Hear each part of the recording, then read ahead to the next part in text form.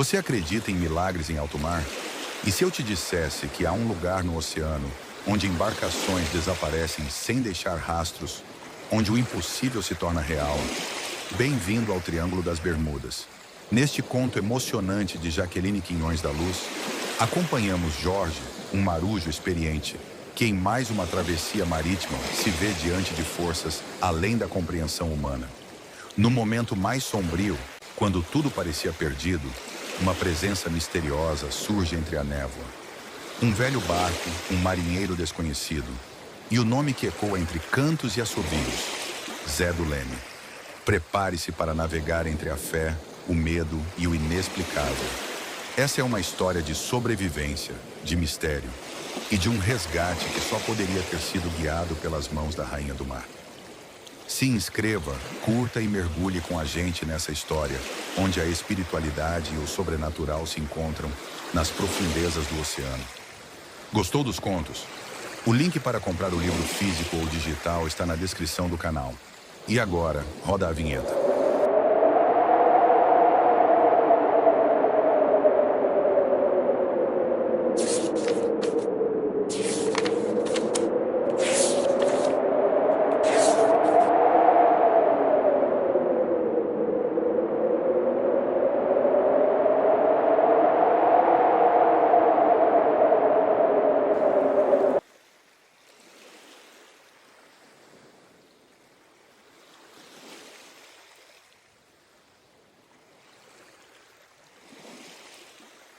O resgate no Triângulo das Bermudas, Jaqueline Quinhões da Luz, navio negreiro no fundo do mar, correntes pesadas na areia a arrastar, beira-mar, minha mãe Iemanjá. O assovio ecoava diante da imensidão do oceano, enquanto o marujo fumava seu cigarro e pensava na família que deixara em terra firme. Parecia que a proximidade com eles se intensificava. Sabia que o mesmo céu que ali via também era contemplado por sua saudosa esposa. Sempre a ouvia cantando essa música. Para ele apenas uma canção que falava sobre o mar, mas para ela era algo especial. Assim, todas as noites, subia no convés e ali ficava por horas, sob a luz das estrelas e do luar. O ar frio, o cheiro do oceano, o barulho das ondas vindo de encontro ao casco do navio. O balanço do mar era algo que o fascinava. Olhar para aquela escuridão sem saber o que havia por trás da neblina que envolvia a embarcação era o que fazia seu coração pulsar num ritmo inexplicável. O dia passava sem sentir. O trabalho dos que viviam em alto mar seguia sempre numa disciplina que raramente fugia à rotina. Lidar com a saudade de quem deixavam a acenar no porto era o grande desafio. A cada partida levavam consigo as incertezas do retorno. O mar é sempre desafiador e um grande mistério que quem se dispõe a enfrentá-lo busca constantemente respostas. Jorge já vivia essa aventura há muitos anos. Era dessa vida que tirava o sustento de sua família. Os via apenas de 8 em 8 meses, quando conseguia passar com eles um mês inteiro.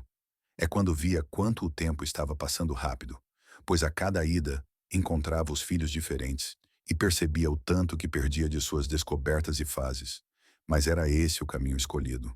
No fundo, era onde se sentia mais em casa. O mar era para ele como o oxigênio que o mantinha vivo. Muitas vezes pensava como seria quando chegasse o momento de parar. Nessas horas procurava fugir desses pensamentos. Não conseguia se ver fazendo outra coisa na vida.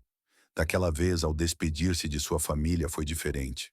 Sentiu um aperto maior em seu coração, que parecia ser correspondido por sua esposa, que após beijar-lhe a testa, colocou em seu pescoço um escapulário, uma correntinha com 2 medalhas, a de Iemanjá na frente, e um leme com o desenho de uma âncora atrás, joia que ela raramente tirava do pescoço.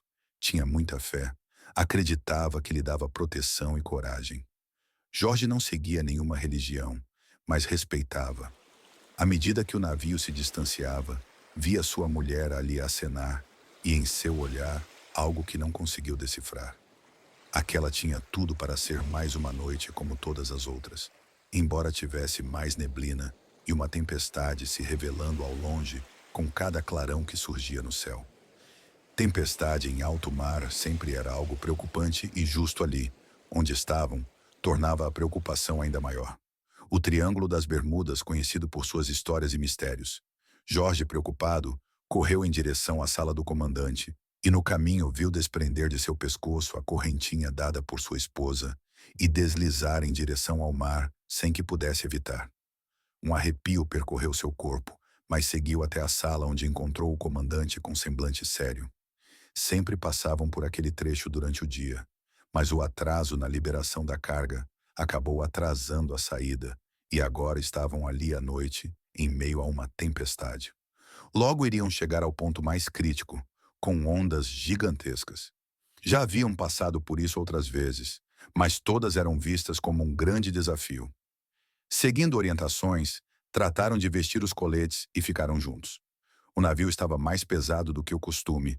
Estavam levando uma quantidade de containers acima do normal, uma considerável carga de equipamentos eletroeletrônicos. Os mais religiosos começavam a fazer suas orações, enquanto outros buscavam por algo que lhes tirasse o foco do perigo que se aproximava. Muitas histórias já tinham ouvido daquele trecho do Oceano Atlântico. Embarcações inteiras engolidas pelo mar, sem que deixassem nenhum sinal no dia seguinte. Aviões também tiveram o mesmo destino. Sem nenhuma explicação, sumiam entre a densa neblina e fora dos radares. Simplesmente não apareciam mais. Jorge, apreensivo, assim como todos, começou a assoviar a mesma canção de sempre, tentando dessa vez nada pensar. Navio negreiro no fundo do mar. Dessa vez seu assovio não estava solitário, e foi acompanhado pelos marujos, que cantarolaram repetindo sempre a frase que acabara de assoviar. Navio negreiro no fundo do mar. A negra escrava se pôs a cantar. Saravá, minha mãe Iemanjá. O vento ganhou mais força e a embarcação passou a ser jogada de um lado para outro, exigindo ainda mais equilíbrio dos marujos, que se agarravam fortemente ao que fosse possível. E exatamente nesse momento, viram-se engolidos por uma imensa onda e nada mais se ouviu além de um assovio parecido com o de Jorge.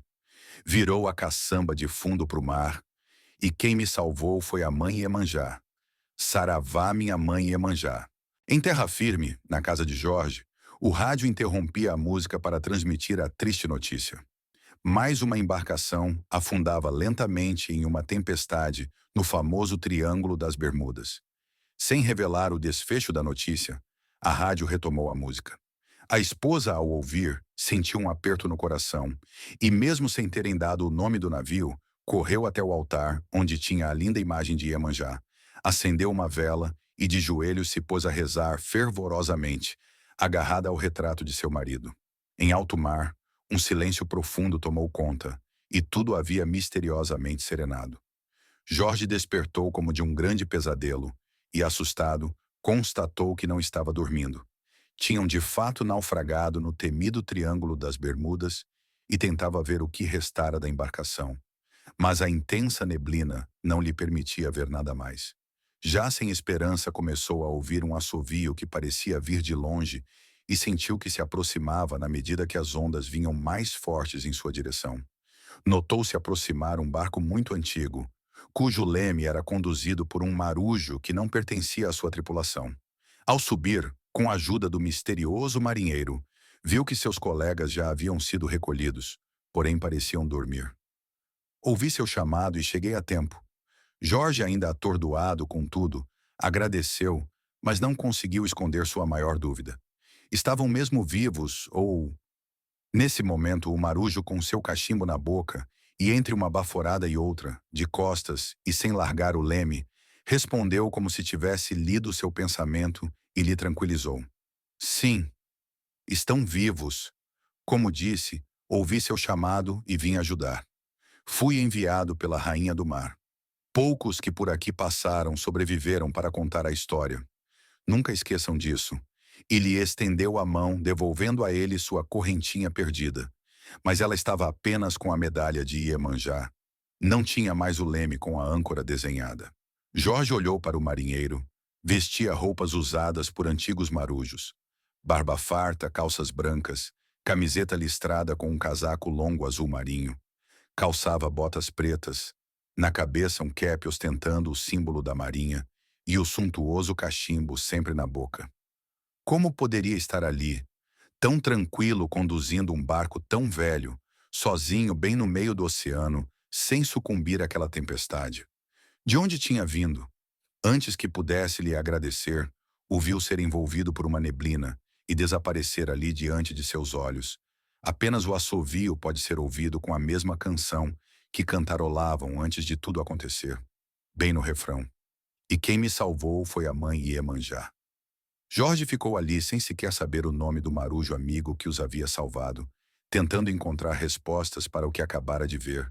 Ouviu um dos colegas lhe chamar e correu a ajudá-lo. Nenhum soube explicar como haviam sido resgatados. Foi como se tivessem adormecido, tão logo a onda cobriu a embarcação. Um a um foram despertando e ouviam incrédulos de Jorge o relato. O fato é que de alguma forma foram salvos após o naufrágio e estavam gratos. Passaram a noite à deriva, até que ao amanhecer, foram localizados pela guarda costeira, que já estava na busca da embarcação, embora sem esperanças de localizar algum vestígio. Após todos serem recolhidos e receberem os cuidados necessários, ouviram atentamente o relato de Jorge e, curiosos, foram olhar o barco onde os encontraram. Porém, não estava mais preso ao navio socorrista, como o tinham deixado. Nesse instante, Jorge voltou a ouvir o assovio. Saravá, minha mãe Iemanjá! Correu até a ponta do navio e, com a ajuda de um binóculo, viu já distante o barco conduzido pelo marujo Salvador, que lhe acenou com a mão, ficando para trás apenas o cheiro do fumo do seu cachimbo. Jorge respondeu ao aceno, sendo observado pelos outros que, espantados sem entenderem o que tinha acontecido, tentavam ver o que Jorge estava vendo. Porém, nada mais viam além do imenso oceano. O fato é que havia acontecido algo de muito misterioso, e, embora não lembrassem, tinham sido salvos por um misterioso barco que, segundo Jorge, foi conduzido por um marujo sem nome. Só isso já era suficiente para serem gratos. Mas Jorge era o único que tinha tido contato com um tal marujo misterioso. Mais uma história seria contada pelos aventureiros dos Sete Mares. Agora, entre todas já contadas sobre o Triângulo das Bermudas, teriam a história de uma tripulação sobrevivente, resgatada por um misterioso barco que conseguiu vencer uma tempestade e salvar toda a tripulação de um navio 10 vezes maior que ele, conduzido por um marujo cujo nome lhes era desconhecido. Ao chegarem no porto, foram recebidos por suas famílias, levadas pela companhia marítima. Entre abraços aliviados e choro, Jorge recebeu das mãos de sua esposa algo que lhe provocou novamente um arrepio. Ela lhe entregou o leme que estava em sua correntinha, mas foi dado como perdido em alto mar, e na parte de trás da âncora havia um nome gravado: Zé do Leme. Jorge olhou emocionado para sua mulher. Ela parecia ser a única que sabia tudo o que ele tinha vivido, e naquele momento havia-lhe revelado o nome de seu marujo salvador. Seus colegas começaram, juntos, a cantar a música que ele costumava assoviar. Navio negreiro no fundo do mar. Navio negreiro no fundo do mar. Correntes pesadas na areia arrastar. Correntes pesadas na areia arrastar. A negra escrava se pôs a cantar. A negra escrava se pôs a cantar. Saravá, minha mãe Iemanjá. Saravá, minha mãe Iemanjá. Virou a caçamba pro fundo, pro mar. Virou a caçamba de fundo pro mar. Quem me salvou foi mãe Iemanjá. Quem me salvou foi mãe Iemanjá. Saravá, minha mãe Iemanjá.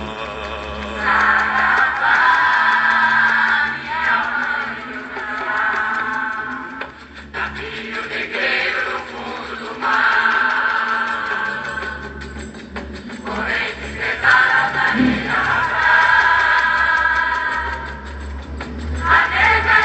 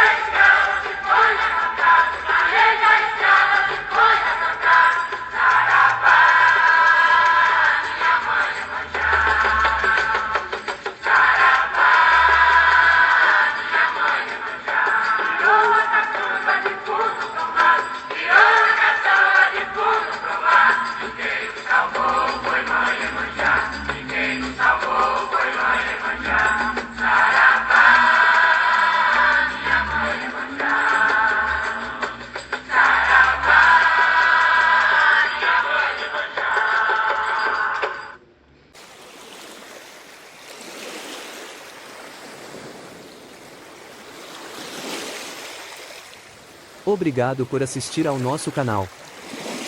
Vozes da Ibis, contos e mistérios te aguarda para a próxima história. E não se esqueça, o link para adquirir os livros da Ibis está na descrição do nosso canal. Até breve.